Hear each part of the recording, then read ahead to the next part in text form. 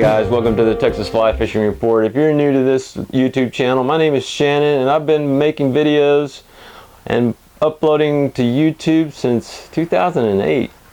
Some of you are probably still in diapers. So anyway, time goes by and it has evolved quite a bit, but one thing I like to do is do a Texas Fly Fishing Report.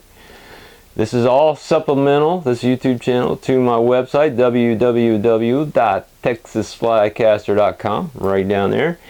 And what I do on these reports is try to compile as much information as I can from a micro level where I fish here in North Texas, north of Dallas-Fort Worth, where I fly fish, down to the tip of Texas and anywhere else in between. Now, I glean my information from several sources, and one of those is the Texas Insider Fishing Report, which is they've got a Florida Insider Fishing Report too, so they just do basically plug everything into a second version, and it's, you know, they call guides and let them give their reports over the phone, blah blah blah. And they're taking a break now, so that little source is gone for now, which doesn't bother me a whole lot. They'll be back in April. It's a good show, and it's good, some good eye candy on there as well if you haven't seen it, so check it out. You can watch it in reruns probably on YouTube.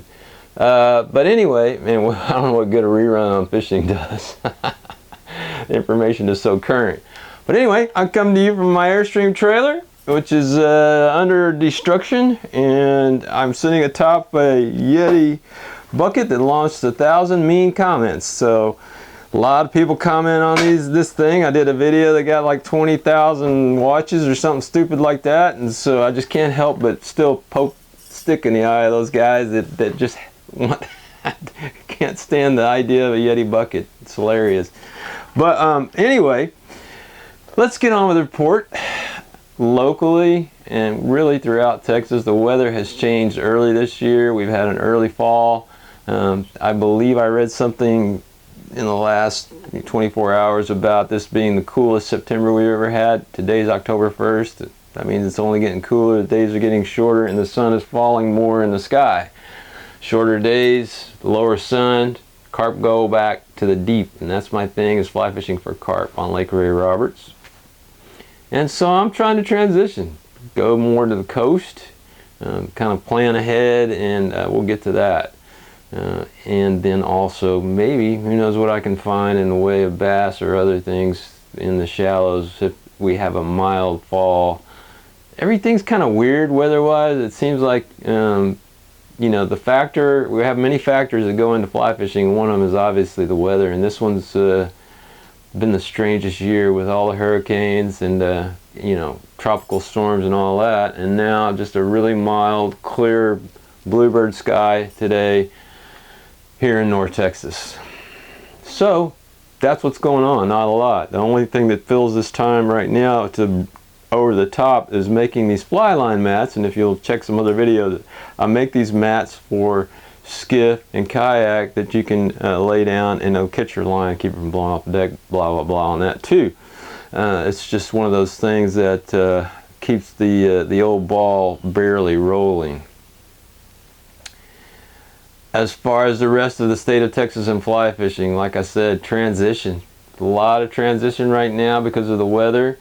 Rainfall is tapered off a little more than one would hope, and as you expand that circle around, I did hear and see some photos from Denison Dam.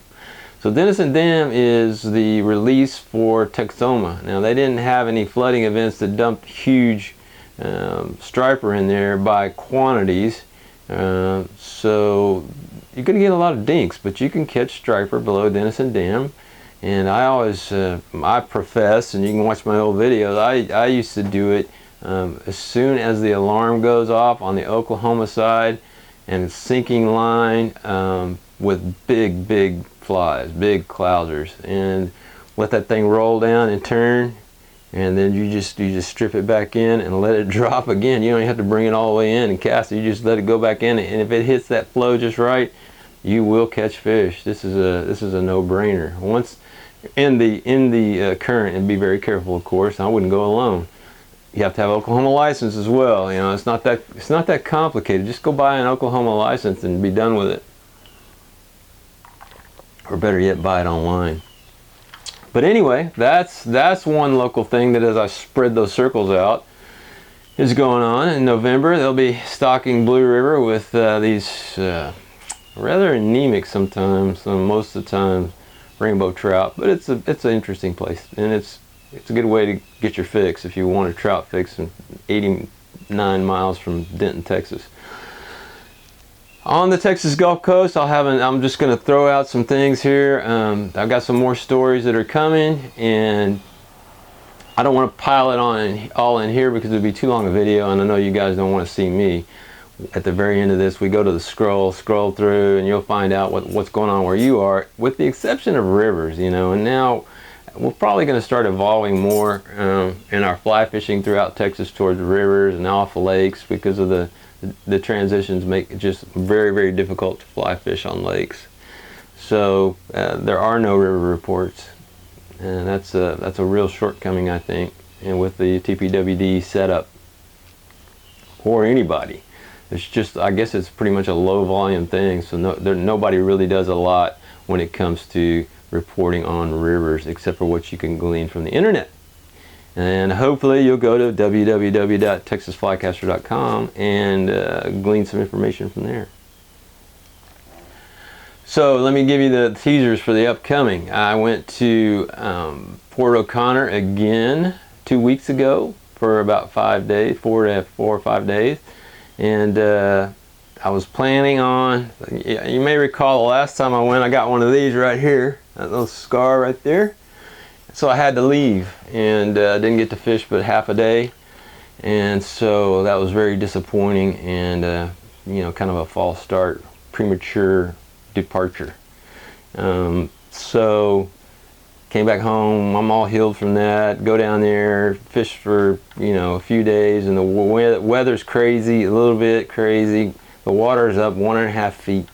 So imagine a bay area that's got 1.5 feet of water on top of it.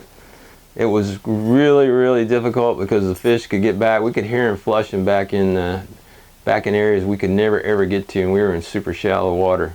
So that was kind of disappointing. But in this video coming up, I'm going to go over how I did achieve some success there in Port O'Connor, and that's one video coming up. And then the second video is a really short one on how to translate your coastal conventional lures, how to interpret that language and actually turn these lures, assimilate a fly to a lure that makes, I mean, I had this one fly that I threw out, was a Mongo fly, big old bait pattern, but it had a rattle in it.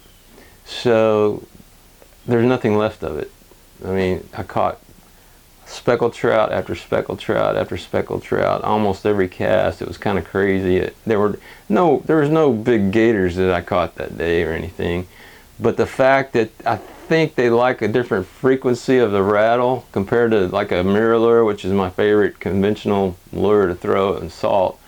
I didn't even throw any. Didn't even bother, because this thing works so great. And even better than the little tiny shrimp patterns and all that was this giant bait pattern. And the trout, it didn't matter what size they were. They could be 8 inches to 14 inches, 15 inches long. They slammed it and tore it up. I think I still got that fly, and maybe I'll show it to you. But that's a future broadcast, so that's 2 videos. And then the third video is I got a chance to get on board a CHITTUM skiff, and I'm kind of a skiff fiend now, becoming a little more involved in the skiff life, just by osmosis of all the friends I have of skiffs and things like that. So a friend of mine is test driving one, put a down payment on the Laguna Madre 2 after he test drove this thing and poled it and everything. And so got a little snippet on that, and a little bit of video that I hope to put out. It's going to be really like maybe a minute long or so, just kind of giving you guys an idea of what the CHITTUM Laguna Madre 2 is all about. It's a really cool boat. This one was a half half carbon fiber build. You get two choices on that, whether it's half or complete carbon fiber, or none, I guess. But who would do that? It's just CHITTUM. So anyway, that's coming up. But what I want to do is tell you that I want you to keep tuning in. You know, like I said, I've been busy with the fly line mats.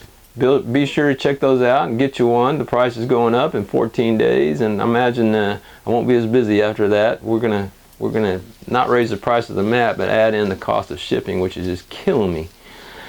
So that's coming up on the 15th. I should have more time after that. What I want to do is invite you guys to tell me what you're doing with fly fishing, where you're fly fishing, and how it's going. This report needs to depend more on you guys. So I really would love your input, because I don't know everything, and you know I don't know everything. And you guys, there's plenty of you guys that know more about a lot of things than I do. So I would certainly love, I could call you for an interview, you could call me, we could do an interview over the phone. You can come in if you're in North Texas, or I can come to you from here to Houston pretty easily. And if you've got something wild you want to show me in fly fishing, I'll bring the cameras, I'll bring the crew, and we'll shoot some video and do a story on whatever you got going with fly fishing. Two other videos that I almost got by me. One is out already. It's on fly lines. It's already on the YouTube channel. That's just, I've got a lot of people now. There's a whole lot of people with time on their hands and some disposable income, and so the fly fishing is booming. It's just a boom time. And what's happening is there's some new people that have never done it before. So that on fly lines is pretty good for people that or don't know what they want to do exactly, but they're here in Texas and they're fishing ponds or they're fishing lakes. We use heavier gear than when we go for trout. So that's what that's about. And the next one that is still to come out is on fly fishing reels, and the two brands I use, which are Sage. I like Sage reels for freshwater. Sage is great stuff. And of course their rods. That's a de facto. I mean, I use Sage rods. And then for saltwater, there's a real, to me, there's a delineation that's really distinctive. I use hatch reels for salt because you cast less and they're heavier reels. So if you're casting less, it doesn't matter if it's a heavier reel, right? And it's just a little more beefy, in my opinion, all the way around for the abuse that comes from fly fishing and salt. If you guys want to do a trip, meet me on the coast, let me know, contact me. There's my phone number, 940-380-0408, and I'll be glad to come down and provide the boat, the cameras, and all that fun too. Just for a place to stay and hang out and catch some fish. Thanks for watching, guys. Watch the scroll at the end. There's probably a lot of loose ends that I left on this video. It's October 1st. Have a great, I don't know when I'm going to be back again, because I don't know when I'm going fishing again. I'm probably tonight, but whatever. So have a great week, first week of October. And whatever you do, don't forget to subscribe to the channel or visit www.texasflycaster.com.